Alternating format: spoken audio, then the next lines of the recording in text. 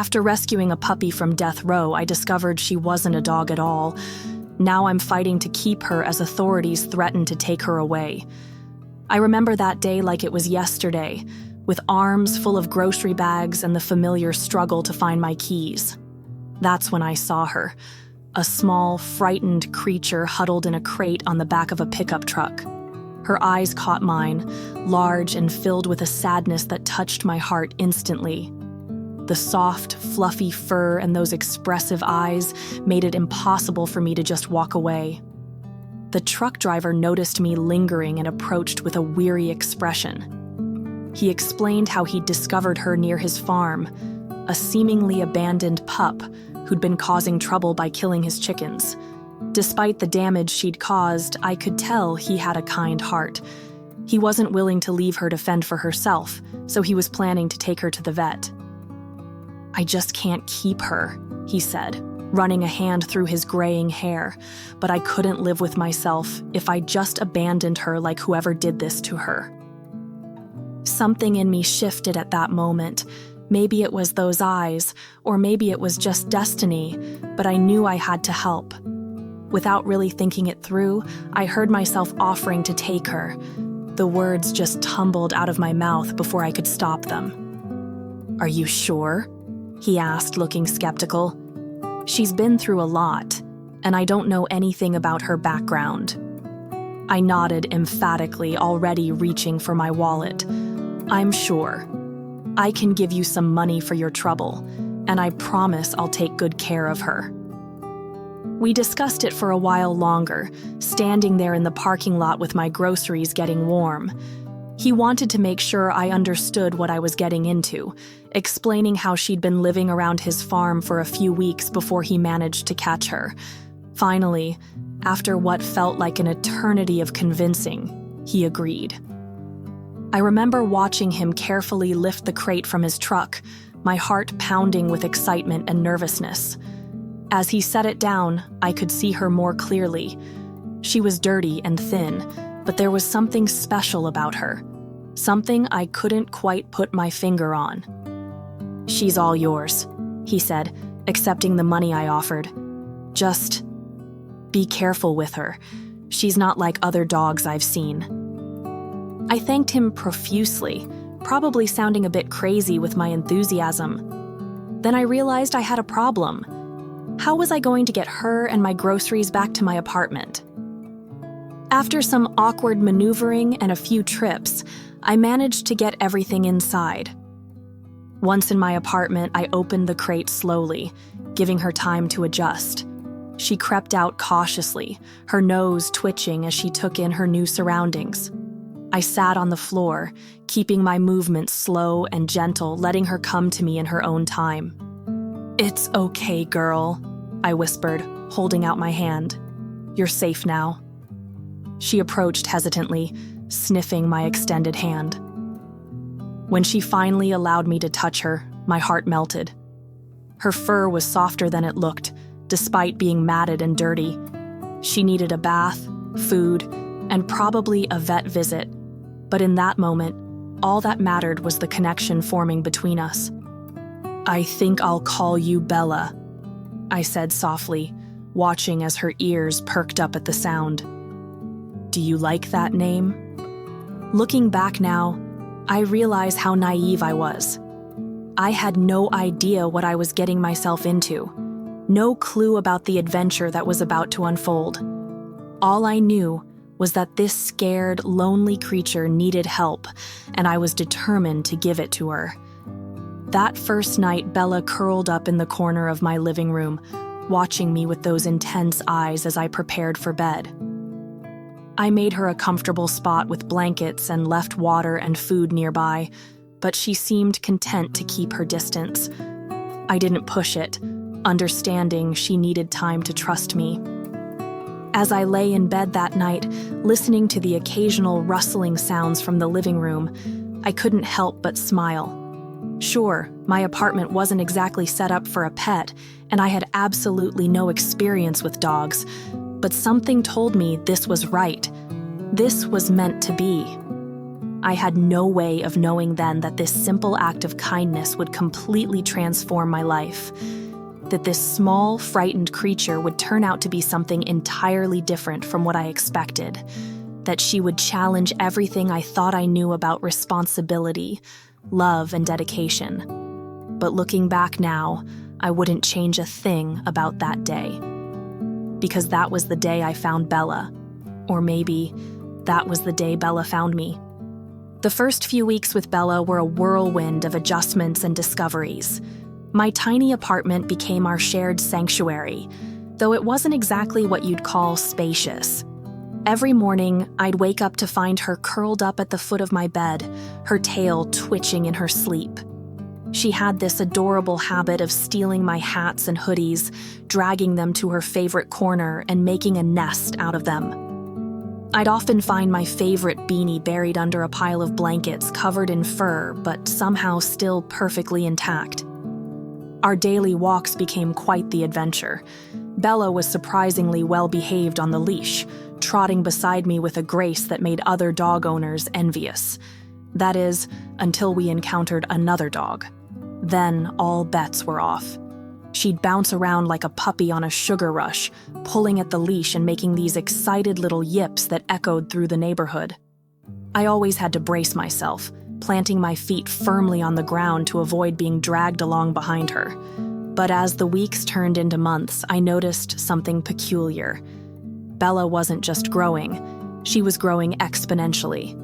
Her paws, which had been cute little puppy feet, were now massive. Her head reached my hip when she stood beside me, and her appetite was becoming legendary. I started getting concerned looks from my neighbors, and even the local dog park regulars began keeping their distance. Worried about her unusual size, I scheduled an appointment with Dr. Thompson, our local vet. I remember sitting in that sterile examination room, watching him measure and examine Bella with increasingly furrowed brows. When he finally looked up at me, his expression made my stomach drop. "Ashley," he said, clearing his throat, "I need to tell you something important. Bella isn't a dog. She's a Canadian black wolf." I felt like someone had knocked the wind out of me. A wolf? I'd been raising a wolf in my tiny apartment? My mind raced back to all those times I'd taken her to the dog park, all those encounters with other pets. Dr. Thompson explained that she must have been abandoned as a pup near that farm where the truck driver found her. The news got worse. Dr. Thompson explained that because Bella had been raised by humans from such a young age, she couldn't survive in the wild. But legally, I couldn't keep her in my apartment either. He had no choice but to report this to the Wildlife Authority. I sat there in shock, stroking Bella's thick fur while she nuzzled my hand, completely oblivious to the bombshell that had just been dropped. Looking into those amber eyes that I'd grown to love so much, I couldn't imagine giving her up. She wasn't just some wild animal to me. She was my family. The drive home that day was silent except for Bella's contented sighs from the back seat. I kept glancing at her in the rearview mirror, seeing her in a completely new light. Now I understood why she was so different from other dogs, why her howls sounded so haunting and beautiful, why she moved with such wild grace. That night, as we sat together on my small balcony watching the city lights, I made a promise to her. "We'll figure this out, girl," I whispered, scratching behind her ears. "I won't let them take you away." But deep down, I knew our lives were about to change dramatically. The comfortable routine we'd established was coming to an end, and we were standing on the edge of something much bigger than I could have imagined. The real challenge wasn't just discovering that Bella was a wolf. It was fighting to keep her, to give her the life she deserved while keeping her safe and legal. As I watched her doze off that evening, her massive form sprawled across my living room floor, I realized that this was just the beginning of our story. The thought of losing her was unbearable, but the path ahead seemed impossible. Still, looking at her peaceful face, I knew I had to try. Whatever it took, I would find a way to keep my wolf dog, my Bella, my best friend. The day Carol from Wildlife Services arrived at my apartment, my heart was racing.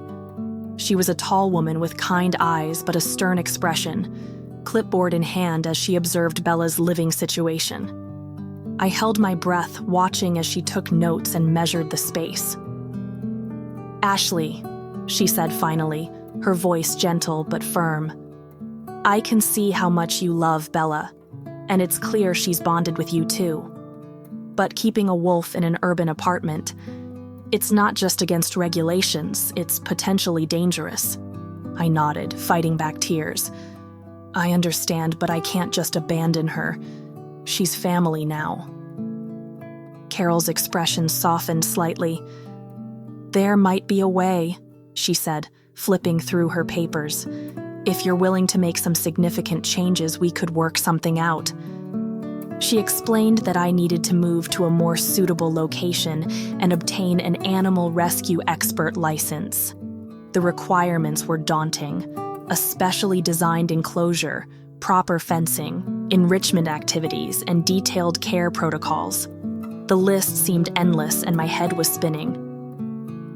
"How long do I have?" I asked, my voice barely above a whisper. "Legally, I should take her now," Carol admitted.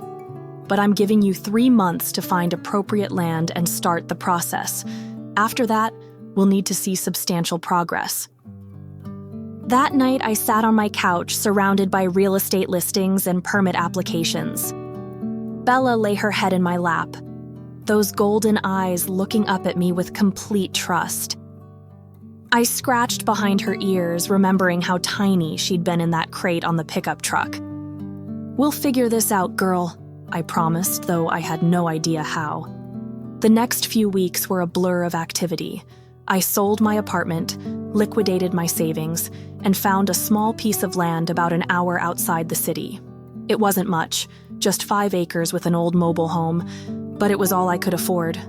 The property had good bones with natural barriers and enough space for Bella to run. But when Carol came to inspect the property, her face told me everything before she even spoke. "The fencing isn't adequate," she explained, pointing out gaps and weak spots. "The shelter needs proper drainage and we'll need to see plans for enrichment features." I tried explaining that I'd spent everything I had, but regulations were regulations. Carol gave me a deadline: 6 weeks to bring everything up to code, or Bella would have to go to a wildlife sanctuary. That evening, I sat on the rickety steps of my new home, watching Bella explore her larger territory. The sunset painted the sky in shades of orange and pink, but I couldn't appreciate its beauty through my tears. The weight of potentially losing her was crushing me. I started spending less time with Bella, trying to prepare myself for the worst. When she'd come to nuzzle me or bring me her favorite toy, still my old college hoodie, I'd turn away. It was killing me inside, and I could see the confusion in her eyes, but I thought it would be easier this way. One particularly rough day, I broke down and shared everything online. My story with Bella, the struggles with regulations, and my fear of losing her. I didn't expect much, maybe some sympathetic comments or advice, but what happened next changed everything, and people started sharing my post. Then more people shared it. Soon, local news picked it up. My inbox filled with messages from people wanting to help. Contractors offering discounted services, farmers with spare fencing materials, veterinarians providing free consultations. A local wolf sanctuary reached out to provide guidance on enrichment features. A construction company offered to help with the drainage system at cost. Even my neighbors, whom I barely knew, showed up with tools and determination to help. Carol continued her inspections, but now she was offering suggestions rather than just pointing out problems. She seemed invested in our success, providing tips and resources I hadn't known existed. "You've got quite a community behind you," she remarked during one visit, watching as volunteers helped install new fencing. "This is what responsible wildlife care looks like. People coming together to do things right. The work was hard, and there were setbacks, but with every improvement, I could see Bella thriving in her new environment. She had space to run, places to explore, and proper shelter. Most importantly, she still had me, and I had her. I felt like my entire world was crumbling around me. After learning Bella's true identity as a wolf and facing the reality of potentially losing her, I found myself sitting on my new property, staring at my phone screen through tears. My fingers trembled as I typed out our story, hoping that somewhere in the vast expanse of the internet, someone might understand what I was going through. The responses came flooding in almost immediately. Some people were harsh, questioning my judgment and calling me irresponsible for keeping a wild animal. Each negative comment felt like a punch to the gut, but then something unexpected happened. Support started pouring in from all corners of the world. People began sharing their own stories of unconventional animal friendships, and suddenly, I didn't feel so alone anymore. I used my last bit of savings to start building Bella's enclosure. The materials weren't cheap, and every penny counted.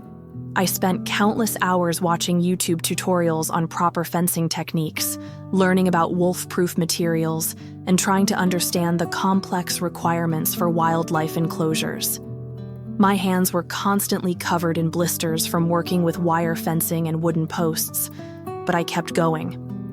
When Carol, the inspector, came to check on our progress, her face said it all. The enclosure wasn't nearly good enough. "Ashley," she said gently, "I understand how much you love Bella, but this isn't meeting our standards. You have 3 weeks to make the necessary improvements, or we'll have to relocate her to a certified sanctuary." Those words haunted me. 3 weeks. It might as well have been 3 minutes. I knew I couldn't afford the improvements on my own, and the weight of that reality crushed me. I started pulling away from Bella, trying to prepare myself for the inevitable goodbye. When she'd come to me for our usual cuddles, I'd make excuses to leave the room. I couldn't bear to look into those trusting eyes, knowing I might fail her. Bella noticed the change. She became withdrawn, spending more time in the corner of her temporary enclosure, her usually bright eyes dulled with confusion and sadness. It was killing me inside, but I thought it would be easier this way for both of us. Then one morning, I woke up to find my phone buzzing constantly. My social media post had gone viral overnight. People weren't just sharing our story, they were taking action. A local construction company offered to donate materials. A retired veterinarian who specialized in wild animals volunteered his expertise to ensure the enclosure met all requirements. Complete strangers started sending money through online fundraising platforms. The outpouring of support was overwhelming. People drove from neighboring states to help with the construction. A local wolf sanctuary sent their experts to advise on the design. Everyone brought something: tools, materials, food for the volunteers, and most importantly, hope. We worked tirelessly, racing against the clock. The new enclosure took shape. Proper drainage systems were installed, reinforced fencing went up, and a natural shelter was built. People who couldn't help physically sent encouraging messages and continued to donate. Every day brought us closer to our goal, and slowly I started to believe we might actually make it. As the enclosure progressed, I began spending more time with Bella again. The light returned to her eyes, and our bond grew stronger than ever. She would watch the construction from her temporary space, her tail wagging whenever I came to check on her. It was as if she understood we were all working to give her a better life. The community that formed around us was incredible. People shared their expertise, their resources, and their hearts. They understood that this wasn't just about keeping a pet. It was about honoring a commitment I'd made to this beautiful creature who had trusted me with her life. The night before Carol's final inspection, I couldn't sleep. I sat outside Bella's temporary enclosure, and she pressed against the fence, offering her silent support as she had so many times before. "We did it together, girl," I whispered, reaching through to scratch behind her ears. "All of us, together." In those quiet moments, I realized that this experience had changed me forever. It wasn't just about building an enclosure anymore. It was about building a community, about finding strength in vulnerability, and about the incredible power of people coming together for something they believe in. What started as a desperate plea for help had transformed into something much bigger than just Bella and me. We had created a family, not one bound by blood, but by compassion, determination, and an unwavering belief that love really can move mountains. Or in our case, build wolf enclosures. Creating a proper sanctuary wasn't just about building fences and meeting regulations. It was about building a future for Bella, and as it turned out, for myself too. Those final weeks were a blur of activity, with volunteers showing up daily to help construct what would become our forever home. I remember standing in the middle of the half-finished enclosure, covered in dirt and sweat, watching as strangers who had become friends worked tirelessly alongside me. Some brought building materials, others offered their expertise, and many simply showed up with willing hands and determined hearts. The online community that had formed around our story wasn't just sending money. They were investing their time and energy into making our dream a reality. The new enclosure was taking shape beautifully. We installed proper fencing that went deep into the ground to prevent digging, created natural enrichment areas with fallen logs and native plants, and built a spring-fed pond where Bella could cool off. Every detail was carefully planned to meet both the legal requirements and Bella's needs as a wolf. When Carol, the wildlife inspector, arrived for the final inspection, my heart was pounding so hard I could barely breathe. She walked the perimeter slowly, checking every joint and connection, measuring the fence height and examining the shelter areas. I followed behind her, trying to read her expression, but her face remained professional and neutral. After what felt like hours, she turned to me with a slight smile. "Ashley," she said, "this is impressive work." She pulled out her clipboard and started checking boxes. "The enclosure meets all safety requirements. Your emergency protocols are in place, and I can see you've put real thought into creating a natural environment." I held my breath as she continued writing. Finally, she looked up and handed me a document, my official wildlife rescue license. "Congratulations," she said warmly. "You've earned this." The relief that flooded through me was overwhelming. I burst into tears right there, clutching the license to my chest. Bella, who had been watching from her temporary enclosure, started howling as if she knew what this meant.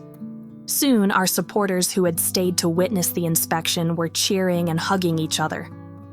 We held a small celebration that evening, with Bella as the guest of honor in her new habitat. Watching her explore every corner of her new space, marking her territory and testing out the pond, made all the struggle worth it. She seemed to understand that this was different. This was permanent. The story could have ended there, but it was really just the beginning. My experience with Bella had opened my eyes to how many animals needed help. I started designing t-shirts and merchandise featuring Bella's story, using the proceeds to improve our sanctuary. People loved buying items that helped support our cause, and soon we had a steady stream of income to help with maintenance and expansion. Then came the call about the wild boars. 3 of them had been found abandoned after a failed exotic pet situation, and no one knew what to do with them. With my new license and the support of our online community, I was able to create a separate enclosure for them. Bella watched with curious eyes as her new neighbors settled in. Running a sanctuary isn't easy. Every day brings new challenges, from maintaining the enclosures to ensuring everyone gets proper veterinary care. But there's also joy in watching these animals thrive. Bella has grown into a magnificent wolf, confident and strong, yet still maintaining that special bond we formed when she was just a pup in a crate. Sometimes late in the evening, I sit on my porch and watch as Bella patrols her territory. She moves with such grace and purpose, every inch the wild creature she was born to be. Yet when she catches my eye, there's still that spark of recognition, that connection we've built over our journey together. Our social media following continues to grow, and with it, our ability to help more animals. I've started educational programs, teaching people about wildlife conservation and the importance of respecting wild animals. Bella has become an ambassador of sorts, helping people understand why wild animals belong in the wild, even as she demonstrates the extraordinary bonds that can form between humans and animals. Looking back, I never imagined that stopping to help a trapped wolf pup would lead me here. But love has a way of changing our paths, of pushing us to become more than we thought we could be. Thanks to Bella, I'm not just the girl who rescued a wolf. I'm someone who's making a difference in the lives of animals who need help. And Bella? She's living her best life as wild as she can be while still being part of my family. Every day, she reminds me that sometimes the craziest decisions we make turn out to be the best ones of our lives. Thank you for watching. If you like the story, feel free to comment, like, and subscribe. I'll see you in the next video.